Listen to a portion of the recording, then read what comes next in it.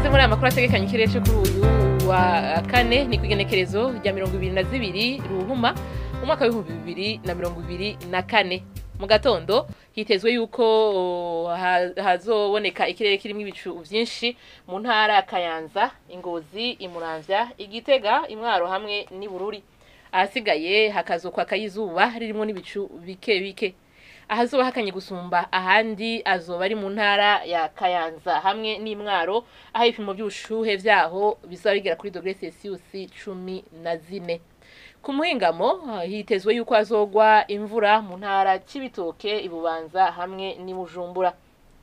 Ikirere kirimo ibicu vyinshi gitekanijwe ko kizoboneka mu ntara Kayanza, Imuramvya, Igitega, Imwaro, mu Rumonge, Ibururi no mu ntara ya Makamba.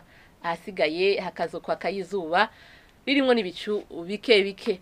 Ahazoba hashushe gusumba ahandi azoba ari mu ntara ya Cibitoke, aho ibipimo by'ubushuhe vyaho bizoba bigera kuri °C 31.